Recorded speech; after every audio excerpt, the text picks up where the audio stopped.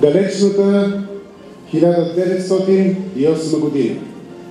По инициатива на Общинския съвет в град Кюстендил се открива начално училище, което приема за свой патрон името на видния български историк и общественик професор Марин Дринов. Днешното основно училище професор Марин Дринов. Професор Марин Дринов, роден на 20 октомври 1838 година в град Панагюрище. Професор Марин Дринов, от бедност и килийно училище до професор в Харковския университет.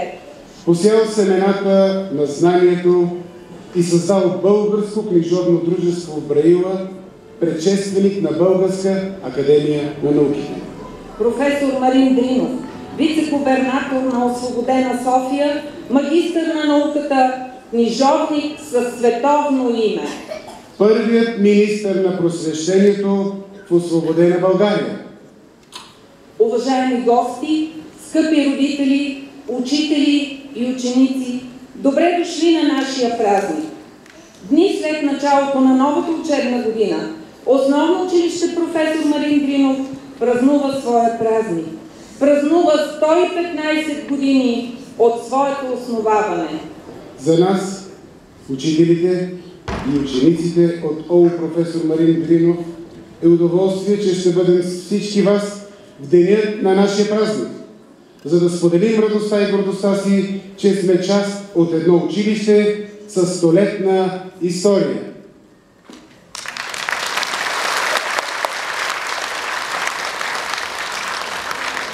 Наши гости тази вечер са инженер Александър Пандурски, областен управител град област Кюстендил, господин Виктор Янев, заместник кмет община Кюстендил,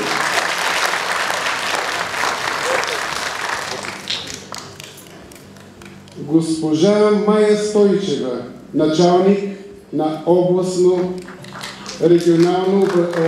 управление на образованието област Кюстендил. Също наш гост и старши експерт на регионално управление град Кюстендил, госпожа Маринела Божилова. Госпожа Нели Петкова, директор на дирекция Младежки дейности и образование град Кюстендил. Наши гости също така са и бивши директори и учители.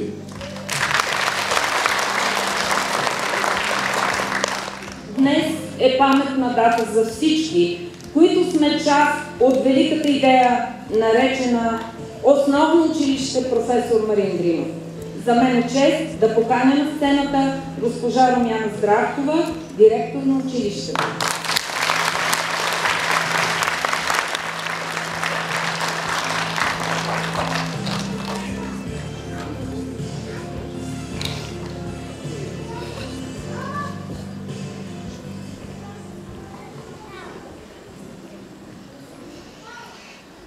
Уважаеми гости, скъпи колеги, ученици!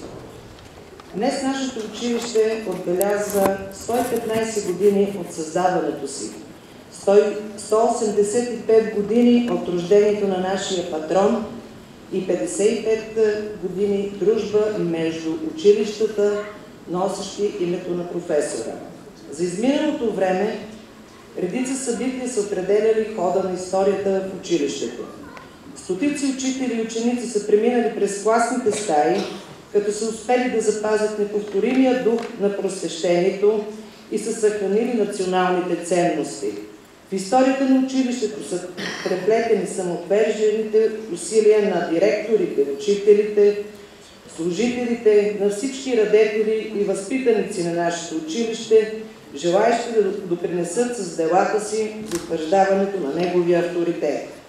Празникът на училището ни е гордост, отговорност и дълг.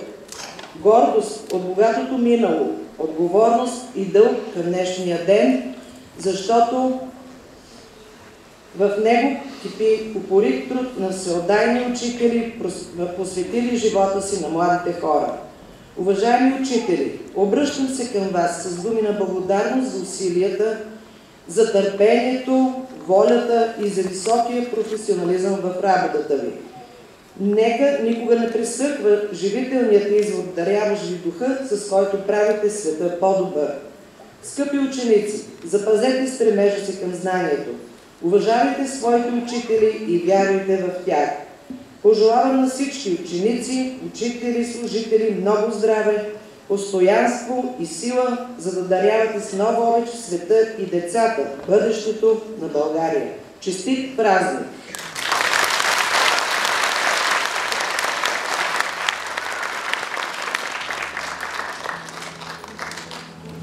Своят поздрав към нас ще поднесе и госпожа Мая Стойчева, началник регионално управление на образованието Кюстендил.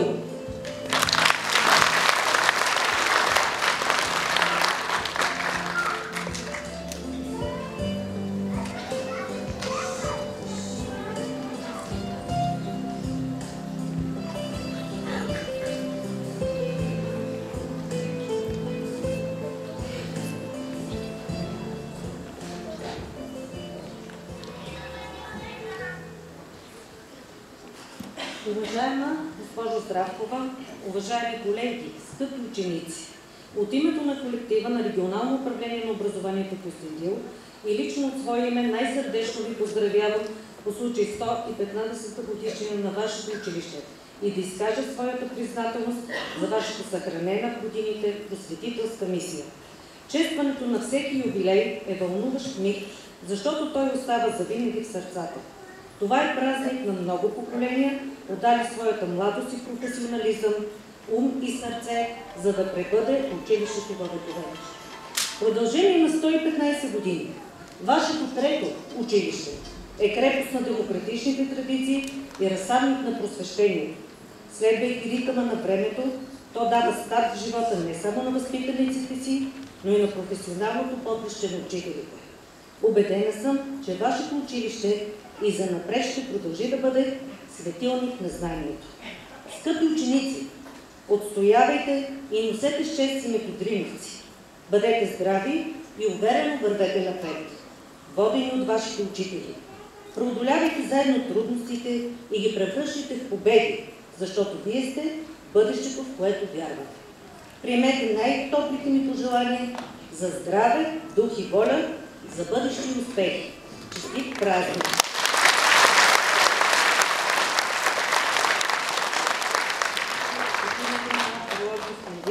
Искам да връча един почетен пакет на училището, който да остане за спомен и надявам се тези години да се умножават за напред.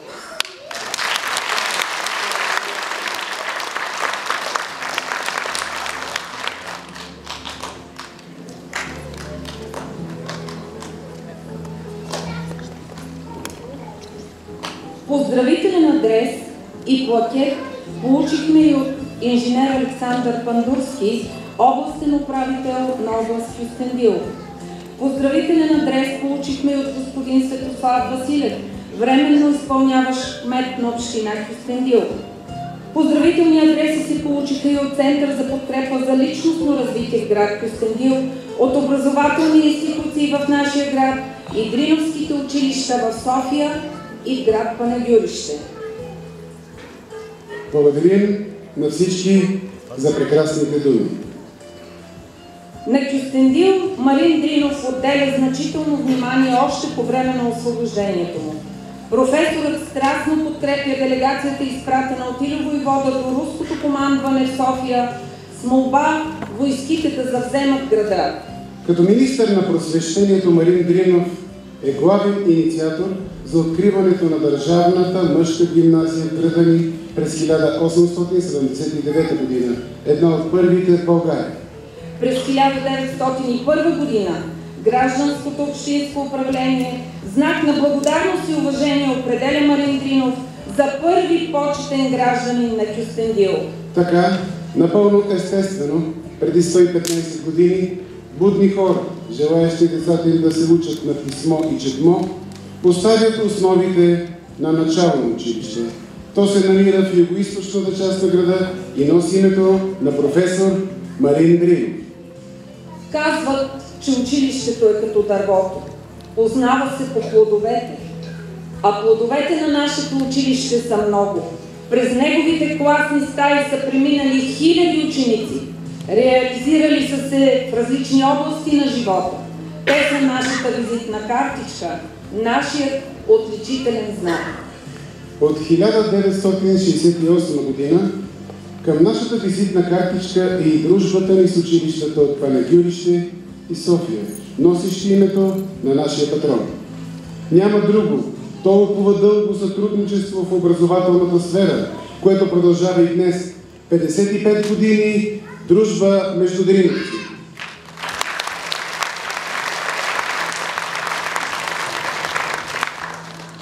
Едно българско училище чества своя 115 годишен юбилей, но това не е обикновено училище. Училище, в което делникът и празникът са живата връзка между поколенията и традицията. Възпитаниците му учат заради стремежа да бъдат знаещи, успяващи, търсещи. Те учат, за да имат своето право на избор. Те учат, за да могат да постигнат себе си чрез знание и опит. Всички те са обединени от чувството за принадлежност към една по-голяма човешка общност, която намират своето място, за да се приютят и да получат увереност, че могат повече, че искат повече, че постигат повече. Звучи в душата ми незнай глас. И сякаш думите на Дринов той изрича. Носи достойно българското име, прославяй го, когато порастеш. Съдба тук има, вярност има, и тази вярност ти ще разбереш.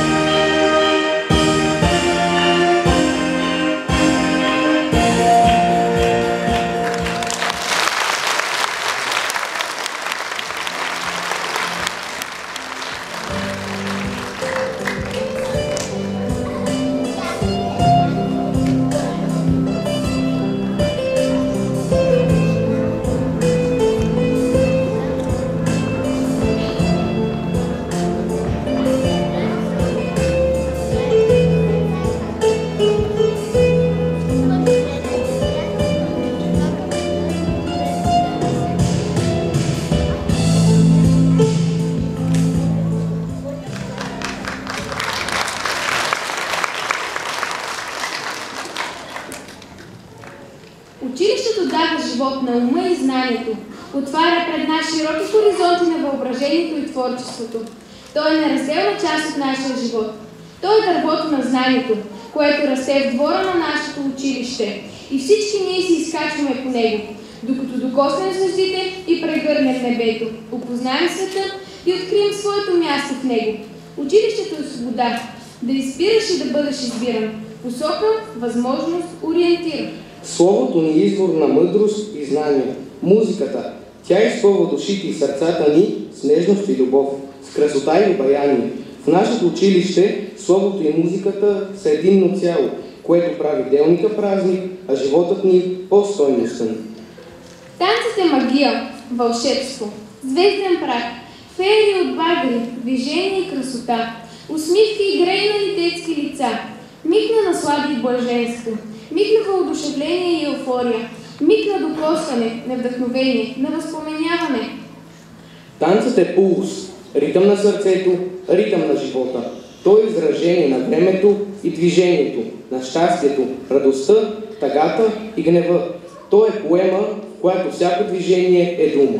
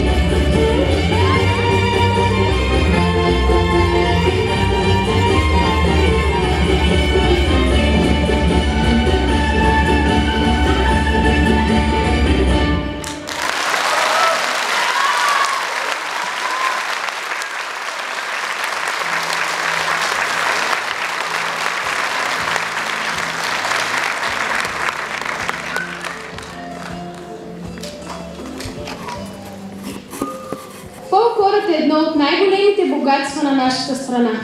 Народното творчество и изкуство, магия, енергия, вдъхновение, сила, живот. Той е израз на чувствата, изповед на мъките. Той е част от миналото ни, което ни кара да се чувстваме горди от това, че сме родени и израснали на земята българска. Народът ни живее в песента, народът ни в песните живее, тъй както корените в пръста, той става по-добър, когато пее.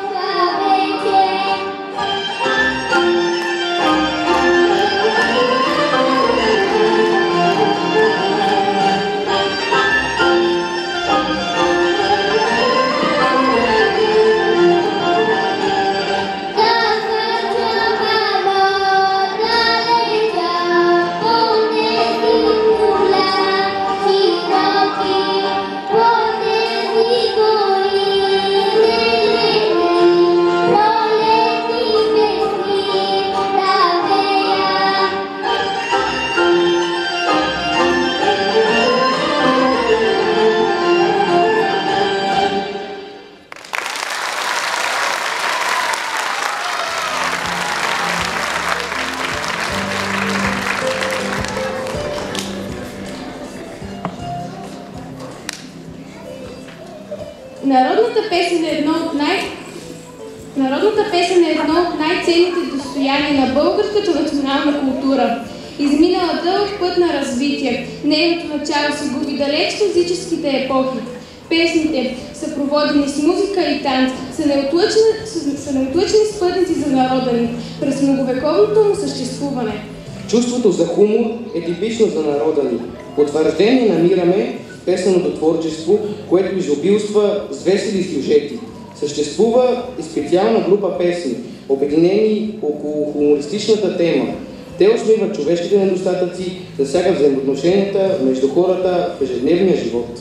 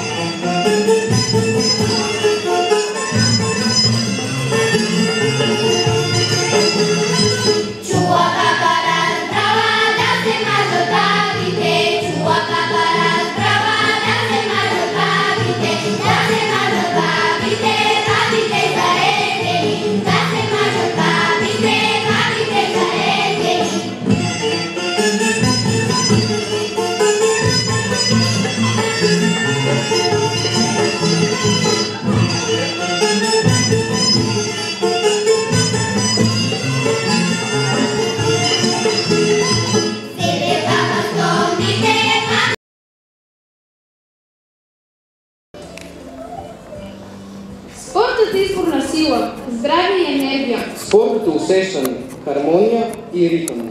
Спортът е красота, живот и наслада. Спортът е свежест, стремление, полет на духа и съвършенство.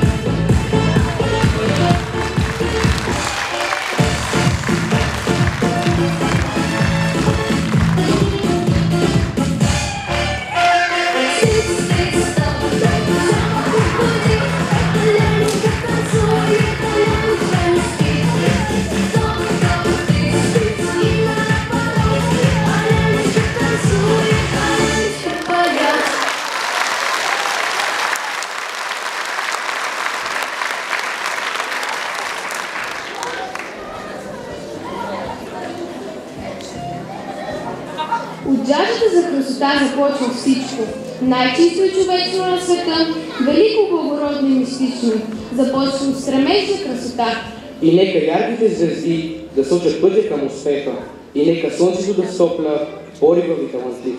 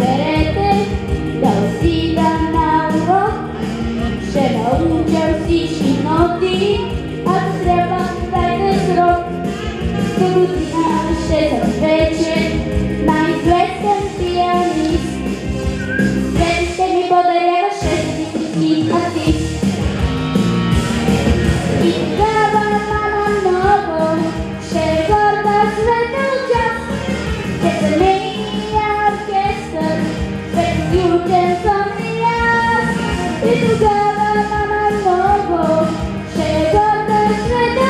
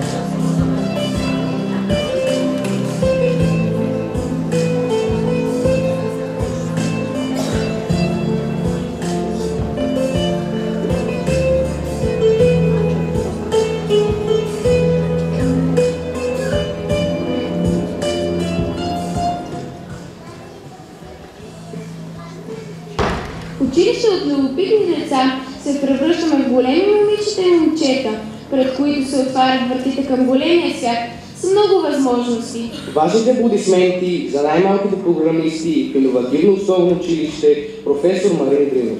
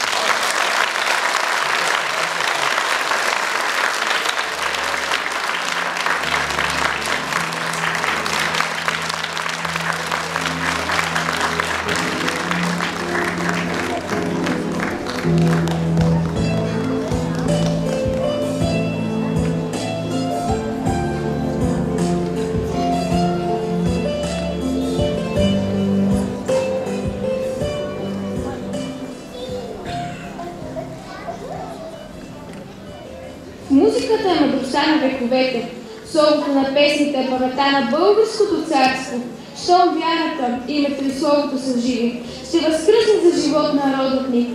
Затова безсмъртен във времето е българския дух. Затова с песните ти, със самото мироздание, говори.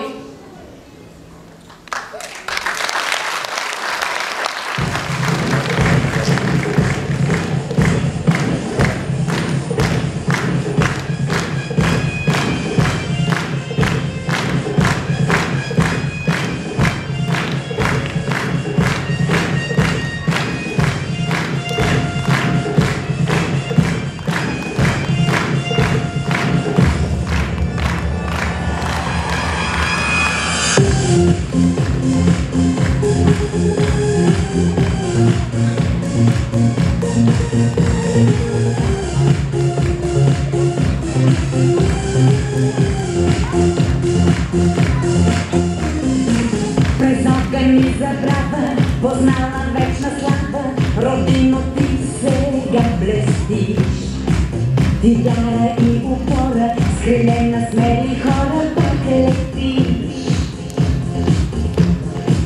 Земя на вечни тайни и красоти, омайни ти си днес. Пред тебе се кълнеме живота си и своята чест. От векове за векове не може нищо да ни спре. Сега сме на прославен род, наречен български народ. От векове за векове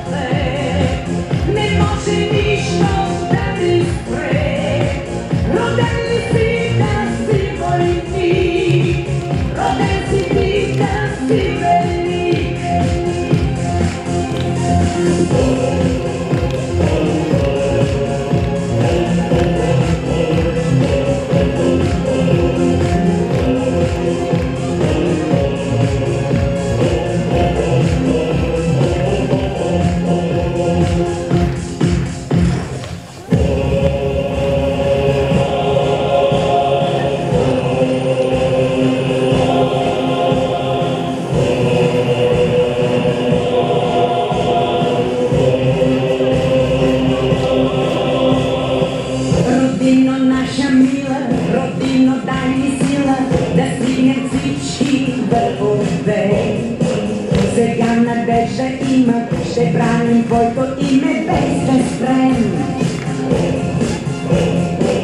Земя на вечни тайни и красоти, омайни ти си днес. Нека да се канеме живота си и своята чест. От векове за векове не може нищо да ни спре. Сега сме на прославен род, наречен български народ.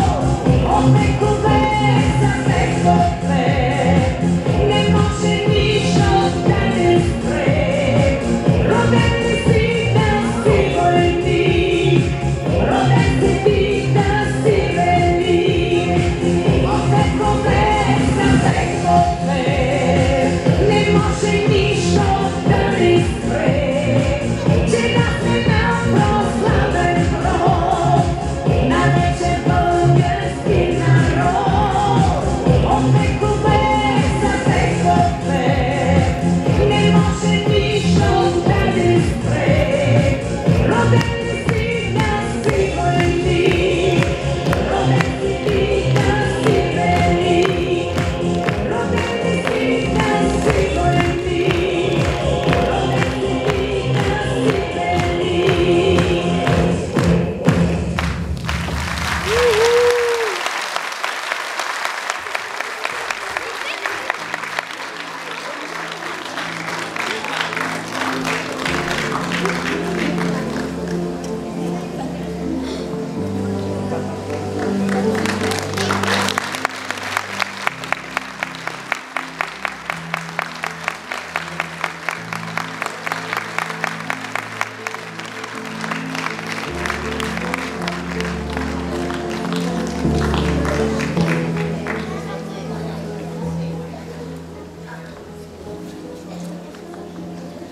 Училище.